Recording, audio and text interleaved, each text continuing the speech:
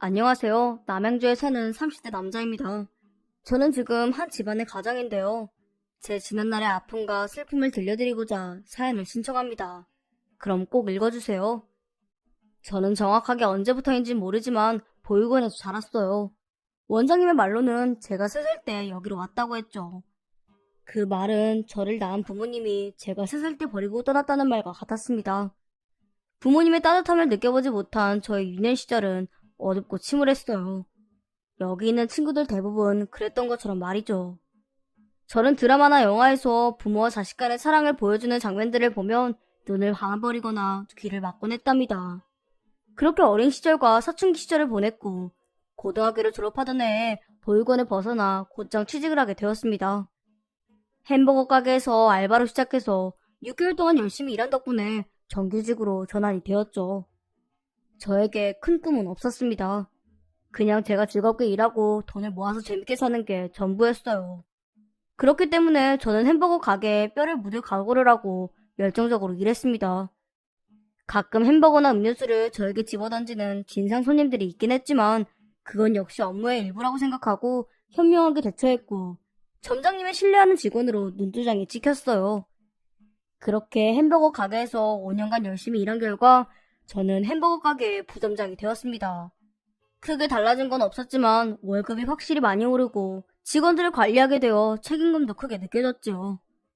그 시기의 고아는 군대도 면제였기 때문에 제 시간은 많았습니다. 대학도 못 간 저였기에 사회에서 빨리 성장할 수 있었고요. 햄버거 가게에서 부점장으로 1년을 공부하고 나서 다른 곳에서 스카우트회가 들어왔어요. 근처 피자 가게였는데 저희 매장 실적이 크게 오른 걸 알고 저에게 접근하더라고요. 처음에는 햄버거 가게에 정이 있어서 거절했지만 피자집에서 제시한 연봉은 제가 생각한 것보다 훨씬 많았습니다. 저는 한 달간 고민하고 생각해서 피자집으로 이직을 하게 되었어요. 매출이 오르면 오를수록 저희 급여는 늘어나기 때문에 손님들을 어떻게든 많이 모으려고 여러 가지 이벤트를 열기도 했습니다. 그곳에서 30살이 되자 저는 점장이 되었답니다. 물론 사장님은 따로 계시지만 장사에 대한 모든 권한은 저에게 있었죠. 제가 직접 직원과 알바생을 뽑았는데 다들 열심히 사는 청년들이었어요. 저는 저만 그렇게 살아가는 줄 알았는데 그건 아니더라고요. 그리고 얼마 뒤 얼굴도 예쁘고 손님들에게 엄청 친절한 여직원이 눈에 들어왔답니다.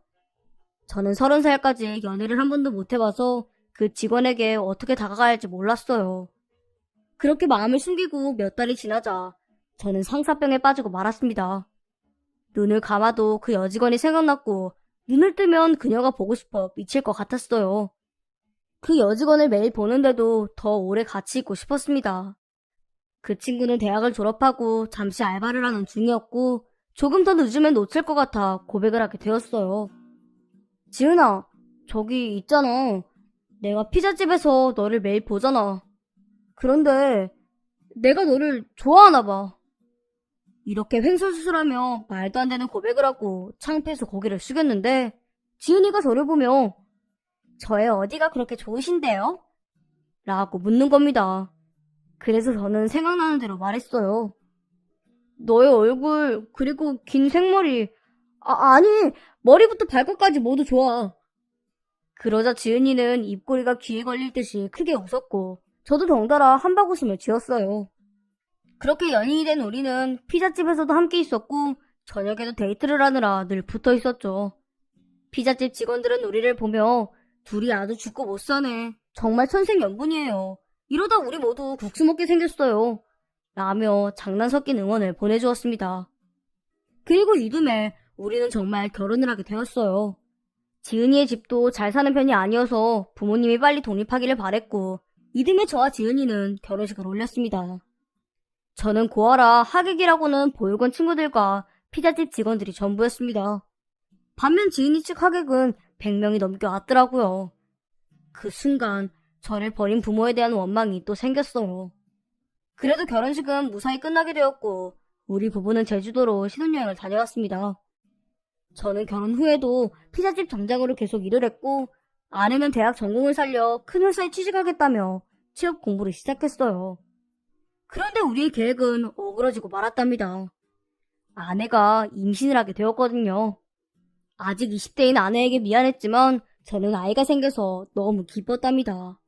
그래서 아내는 퇴교에 전념했고 저는 일과 사랑을 모두 제대로 이룬 열정적인 가장의 모습으로 살기로 결심했죠. 이듬해 딸아이가 태어나고 아내와 저는 더 돈독해졌답니다. 우리를 이어주는 자식이 생겼다는 게 너무 기뻤죠. 그렇게 아내와 더 깊은 사랑에 빠지다 보니 둘째가 바로 생겼어요. 둘째는 아들이었습니다.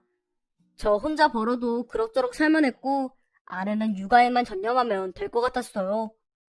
물론 아내에게는 다른 꿈이 있었지만 아이들을 키우는 게 더 행복하다며 애써 아무렇지 않은 척을 하며 지냈답니다. 그런 아내가 참 고마웠고요. 그런데 몇 달 뒤 그렇게 완벽할 것만 같던 우리 가정에 문제가 생겼어요. 제가 일하던 피자집이 문을 닫게 된 겁니다. 장사는 아주 잘 되었는데 사장님이 다른 사업을 하겠다며 저와 한마디 상의도 없이 가게를 팔게 된 거죠. 제가 피땀을 흘려 피자집의 가치를 올려두었는데 하루아침에 해고 통보를 받으니 배신감이 들더군요. 제가 햄버거 가게를 배신해서 벌을 받는 건가 싶기도 하고 앞으로 삶이 꼬이려고 하는 건가 하는 생각도 들었어요. 제가 모든 걸 바친 피자집은 편의점으로 바뀐다고 하더군요. 저는 미련만 남긴 채 다른 직장을 구해야만 했답니다. 일주일 동안 햄버거 가게와 피자집을 돌며 이력서를 냈는데 돌아오는 연락은 점장까지 했던 제가 신입사원으로 입사를 해야 한다고 전하더라고요. 10년을 쌓아온 제 이력이 모래성처럼 무너지는 순간이었죠. 하지만 저는 처자식이 있는 가장이었습니다. 어떻게든 돈을 벌어야 했어요. 그래서 자존심이고 뭐고 다 버리고 햄버거 가게 신입으로 입사하게 되었네요. 한 달 뒤 아내에게 월급을 내밀자 크게 실망하는 게 보이더군요. 하지만 제가 할 수 있는 건 사과밖에 없었죠. 지은아, 미안해. 지금 당장 내가 벌 수 있는 돈은 그것뿐이야. 하지만 다음 달부터는 야간 배달 알바 구했으니까 좀 더 나을 거야. 그러니까 이번 달만 조금 아껴 쓰자. 정말 미안해. 그러자 제 아내는 오빠가 왜 미안해. 피자집을 팔아버린 사장이 문제지. 오빠만 힘든 것 같아서 내가 더 미안해. 가장의 어깨가 무겁지? 이리 와봐. 내가 어깨 좀 주물러 줄게. 라고 말하며 거칠어진 손으로 제 어깨를 주물러 주었습니다. 저의 투잡 생활은 2달 정도 이어졌고 매일같이 잠에서 덜 깬 채 출근을 해야 했어요. 그렇게 온종일 일을 해도 벌어들이는 돈은 얼마 되지 않았습니다. 아이들은 점점 커가는 것 같았고 제 어깨는 점점 주저앉는 기분이었어요.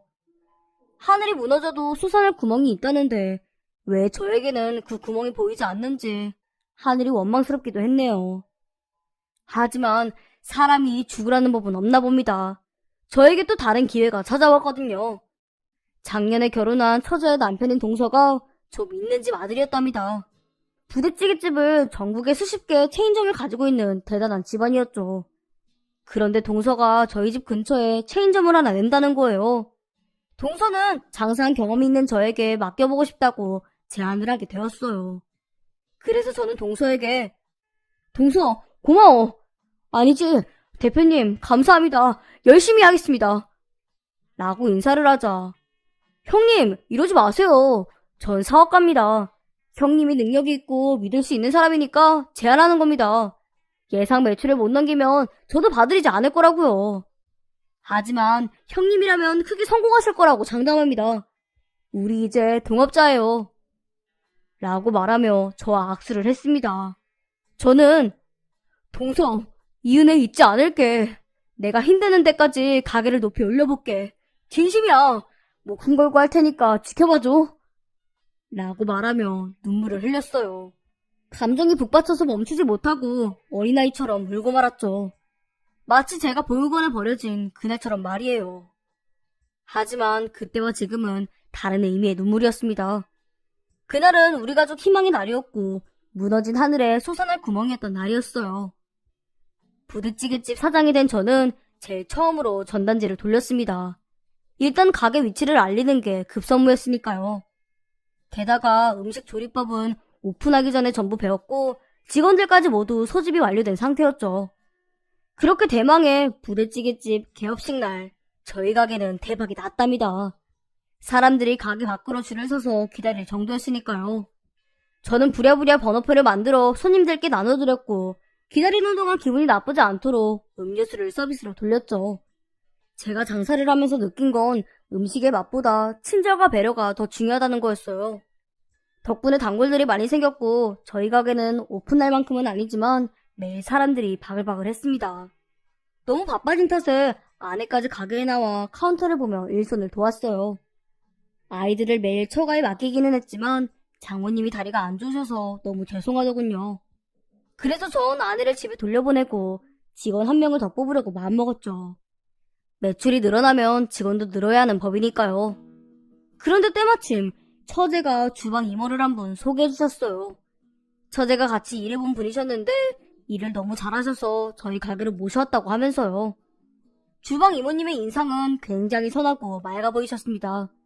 게다가 듣던 대로 일도 정말 잘하셨어요. 음식도 잘하시지만 손이 빨라서 주방과 홀을 구분하지 않고 일을 열심히 해주셨죠.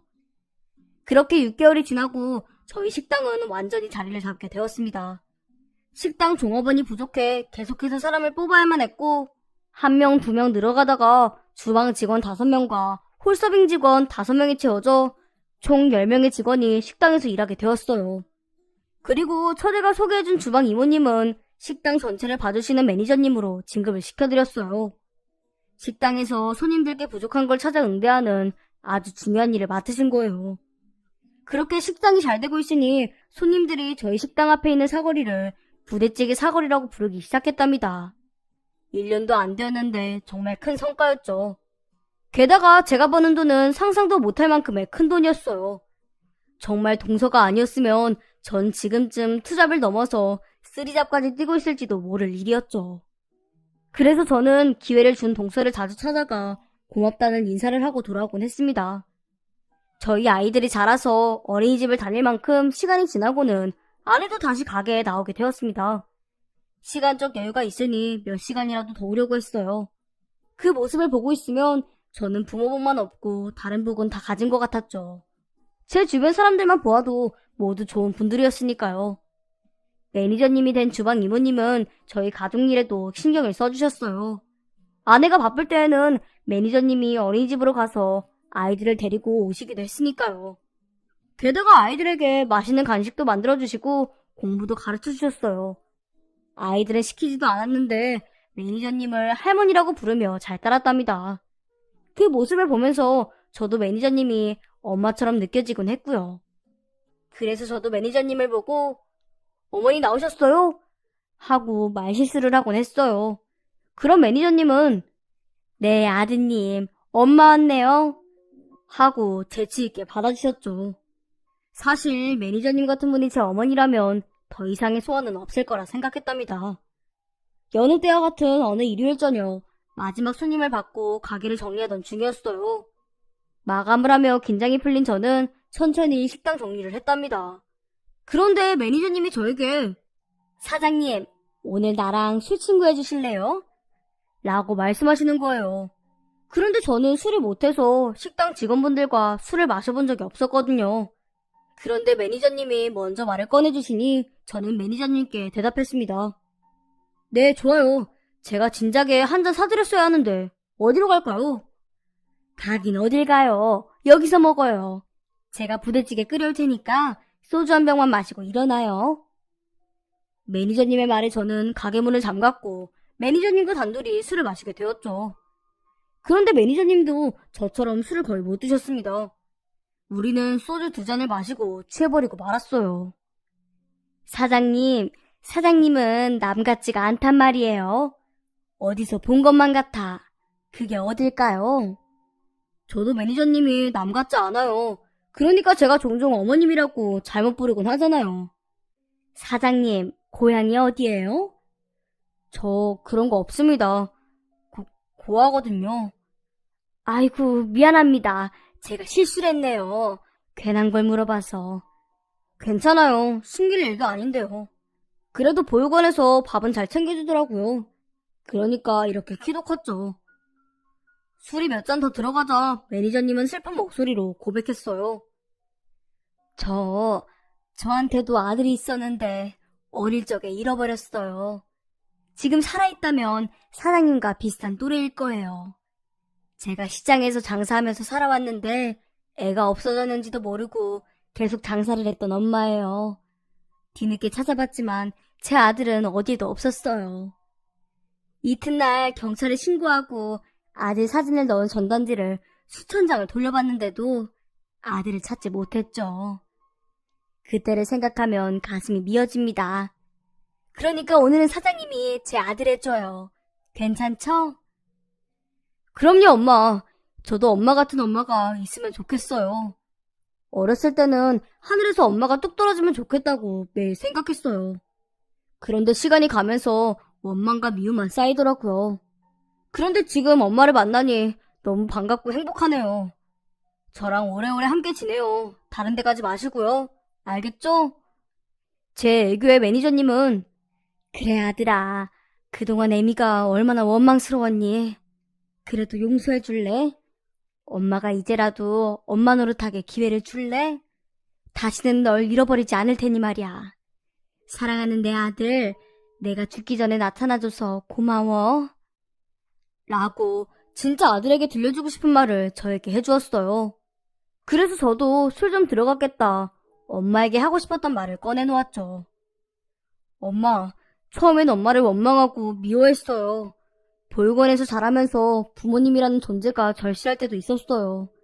학교 친구들이 엄마 손잡고 놀이공원 다녔다고 자랑을 하면 그게 얼마나 부러웠는지 아세요? 하지만 지금은 상관없어요. 엄마를 만났잖아요. 30년 만에 만난 모자 사이보다 각별한 가족은 없을 거예요. 그러니까 저한테 용서를 빌 필요 없어요. 그냥 계속 곁에만 있어줘요. 사랑해요, 엄마. 그렇게 저와 매니저님은 한참 동안 엄마 놀이를 하며 시간을 보냈고 자정이 되어서야 각자 집으로 돌아갔어요. 다음날 전 늦잠을 자고 말았답니다. 못 먹는 술을 몇 잔 마셨더니 깊은 잠에 들어 깨지 못했나 봐요. 아내는 이미 먼저 출근을 한 것 같았고 저는 대충 씻고 옷을 챙겨 입고 집을 나섰습니다. 그런데 먼저 가게에 출근한 아내에게 전화가 오는 거예요. 전 아내가 뭘 빠뜨리고 왔나 하고 전화를 받았는데 여보, 큰일 났어. 매니저님이 돌아가셨어. 지금 가게는 직원들한테 맡겨놨으니까 당신도 이쪽으로 와. 라며 떨리는 목소리로 말했어요. 그리고 저도 흥분한 목소리로 물었습니다. 뭐야? 매니저님이? 말도 안 돼. 어떻게 돌아가셨는데? 새벽에 퇴근하시다가 교통사고를 당하셨나봐. 어떡해 여보, 믿기지가 않아. 아내는 자초지종을 말하며 울음을 터뜨리더군요. 저는 당장 달려가겠다고 말하고 택시를 잡아 탔습니다. 그리고는 머릿속으로 생각했습니다. 매니저님은 어제 저와 술을 마시고 집으로 가는 길에 교통사고로 돌아가신 거였어요. 제가 집까지 모셔다 드렸어야 하는데 그러지 못해서 사고가 난 것 같았습니다. 장례식장에 도착하고 사시나무처럼 떨리는 제 다리를 겨우 움직여 안으로 들어갔습니다. 먼저 울고 있는 아내를 안아주었고 매니저님의 영정사진 앞에 서게 되었죠. 그런데 뭔가 이상하다 싶어서 사진을 자세히 보니 제가 웃고 있는 사진이 영정사진에 꽂혀 있었습니다. 저는 너무 놀라서 또다시 주저앉고 말았어요.